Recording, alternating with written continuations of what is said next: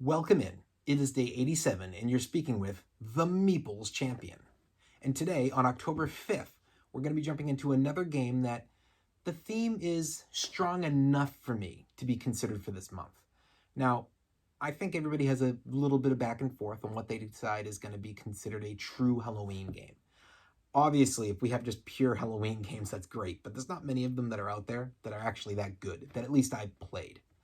But there are games that have some adjacent themes, as we've seen. And then there's sometimes just games that, just has maybe a little bit more of that spooky theme or that monster theme. Well, today I'm going a little bit more in the monster direction. It's not truly a monster. Oh, it's not truly a monster, and yet at the same time, if one of them existed, I'm pretty sure we'd all yell monster. But it's just one that, for me, it tends to be a game that I like to pull out a little bit more in October. And that game is Dragon's Hoard. So Dragon's Hoard was a Kickstarter game that I backed many years ago. And while it may not have become extremely popular, for me, it has been a big, I like the game, and I like to pull it out and play it, usually 2-player, although it goes 2 to 4. But it's a game that I do find around this time of year is where I pull it out more. It's mostly because October is where you start to have a lot more get-togethers. We're doing a lot more family events. We're having a lot more friends want to host a little get-together for the month. This does creep into November as well. So these are the 2 months where this comes out a lot more for me. And so I want to include it on my October games. So the concept of the game is that you're essentially, when it comes to your actual things, you are trying to get out there and to get dragons and treasures and sheep. And there's a whole bunch of pieces to it. The dragon itself represents what is protecting its hoard of money. And your cards are double-sided. So the back side of your card is a sheep color. But when you flip it, it's also on the other side got some kind of a treasure or something that you're trying to make. So then in order to put that card down as a treasure, you have to spend cards that will represent its cost. So it might be that you have to spend, multiple colors of different sheep or a bunch of one color. So you'll spend cards from your hand to go to a discard based on their sheep side to then flip over and reveal one of them to be part of your treasure side. Now, when you play these cards, what ends up happening is that you have different types of values, and they all kind of range in that same area. But as you get more and more that are part of its color of a treasure, it's going to line up.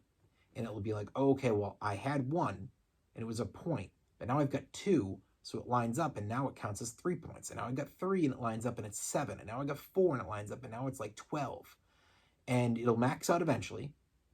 And you're going to keep playing until somebody ends up hitting their 10th treasure. Once they do, it's the end of the game, and you're going to reveal how many points everybody gathered.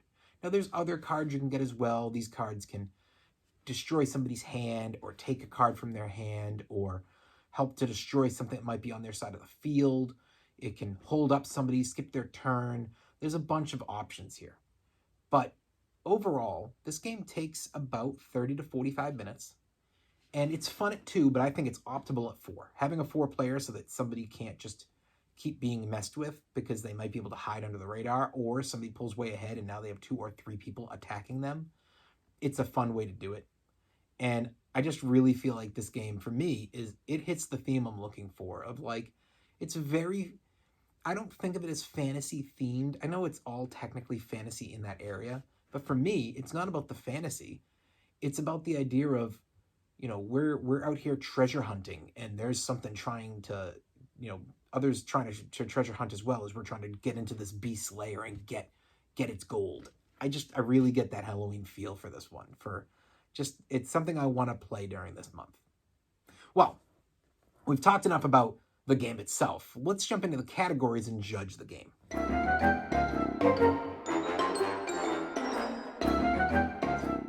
I love the art on this game. The art is really good, and I definitely feel like whether it's the box or the front or the back of the cards, it all really holds up strong and sells its theme, and it looks great. Thumbs up on the art.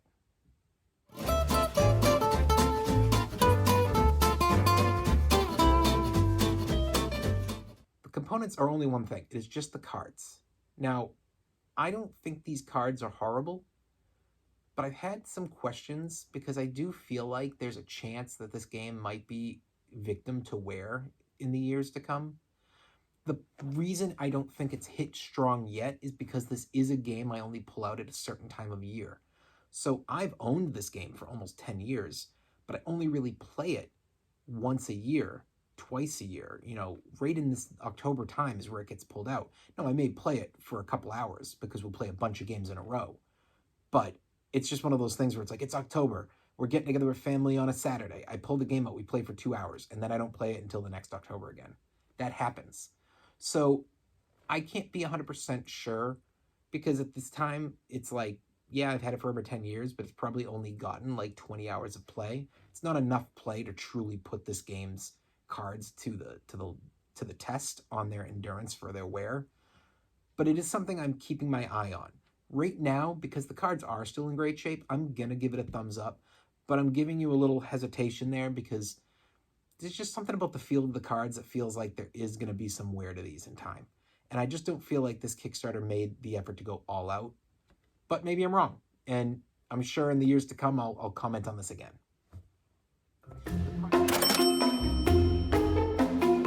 This isn't expensive. When I backed it on Kickstarter, I want to say I backed it for about $15. The game isn't widely available. You're never, ever going to find this game in a Target, in a Barnes & Noble, it's just not out there in those. You may find it when you go to your regular board game stores, but even there, I think best case scenario is 1 out of 5. The likelihood is you're going to find it at your conventions. And at the conventions, the price shouldn't be bad.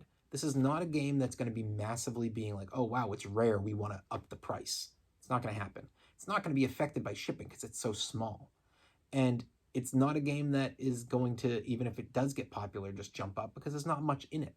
It's right around that 12 to 15 range, and I think that's perfectly acceptable. It's a thumbs up on the price. It's no difficulty here. You have really just 2 things for your turn. Are you going to have to worry about the back side of the card for your spend or the front side of your card for what you're making? Other than that, it's just making sure you make the points and you strategize them the best you can. And I think that this game is easy to pick up. I think experts and I think that experienced players are both going to understand this without question. And I think it is a game that they may not get to the table often, but they wouldn't mind playing once in a while, just not on their game night. I think that your beginner players, this is easily going to be a game that they'll understand, and it's going to be a game they wouldn't mind playing often. And that's the same with your kids. Your beginning kids, that 10 plus range, this is going to be a game that, if anything, is going to really grab their eye. I think this is perfectly made for a kid or for a beginner gamer to grab the eye, and it's easy to play. So big thumbs up on that difficulty.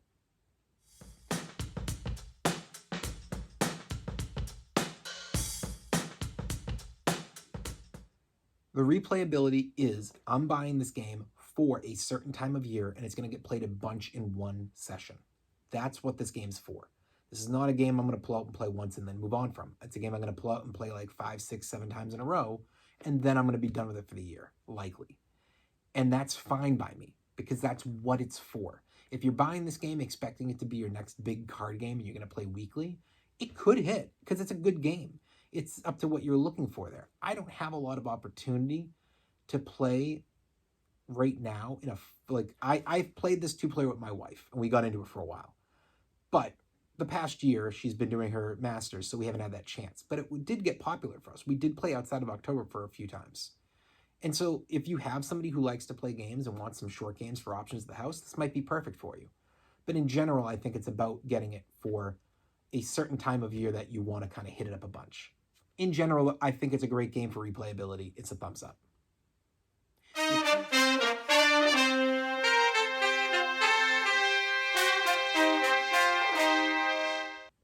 Your keys to victory are pretty straightforward. You're just trying to make the most of the gold. That's really it. There are some other things that can point for you. but it's really all about that gold and making sure that, what are you going to focus in on? Are you focusing in on making the smaller pieces and trying to get a bunch of them? Or are you focusing in on trying to build up and get to the bigger piece? It's easier to make the small ones, and you could cause the game to end faster that way. But if the other person has invested in trying to go for the heavies and they've actually gotten the right card pulls, they might get out their heavies faster than you can get out all of the smalls, at least at a rate for the points. And you find yourself going, oh, I got out my 10 smalls.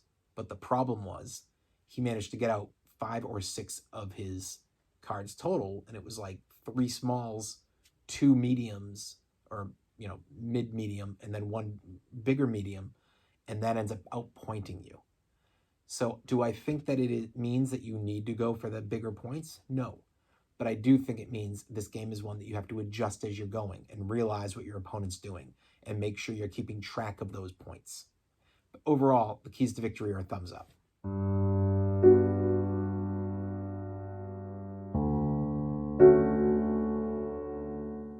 Honestly, I'm surprised to say this 10 years later, but this game is still very unique. I just don't know another game that plays it out the way this one plays it.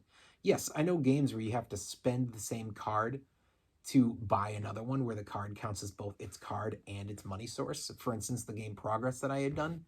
But that says it on the front of the card. The back of the card is just basic. The fact that this card has its money on one side in the form of its multicolored sheet, and then has the actual stuff on the other side. And if you're wondering why sheep is the money, it's because sheep is, I would assume, what is drawing the attention of the dragon to go eat so that you can go in there and grab its treasure. So essentially, you're just throwing a bunch of meat out there for it to get. And as a result, you're getting some treasure. And the bigger items cost more because you're going to need to make sure to get something that heavy out of there that you have a lot of food to keep that dragon occupied. So you're throwing a bunch of sheep at it. So it makes sense. It all follows through with the theme you're setting up. And I haven't seen it replicated elsewhere. So it's a thumbs up there too. So overall, what do I think of this game? I like this game. I think it's fun. And if you can find it, go pick it up. I don't think you need to play it first. I think that if you're into smaller games, this one's going to be fine. It's going to be an enjoyable experience. And if it doesn't end up hitting for you, again, it's not that much money. Sometimes you just have to take a hit. And I'd much rather take a hit on a $15 value game than on a $60 value game. The $60 value games are the ones that I have to get either to the table or at least see a really good how to play or play through before I'll pick it up. The smaller games, I don't need that. I don't mind taking a risk because I can miss on 4 of them before I've now equaled the value of that big game. And it could take a long time to miss on 4. For me, I tend to get a general idea what I like with the small games. And when I pick them up, they tend to hit for me. And if they don't, I miss once every couple of years. So it might take me a decade to finally get $60 worth of value lost. Whereas the big game, I've had quite a few that have missed through the years. So, and you're talking about like, okay, I miss again. And that's where I adjusted how I buy the big games now. So that's just my opinion. It's up to you guys to make your opinion. See if this is something that you want to play. If it is something you might want to own. And if it is, I hope it works for you. I hope that it fits your theme for the month and that this is something that you do find is a good, nice October Halloween type game to pull out and enjoy hunting treasure and dodging dragons. Well, this has been day 87, and we've been speaking about Dragon's Hoard, and you've been speaking to the Meeples Champion. Like, share, subscribe, and check down below in the description where you'll be able to find a link to this game if I can find it on Amazon. I'm not sure if it's up there or not, but if it is, I'll put the link below. Until next time, I'll talk to you tomorrow.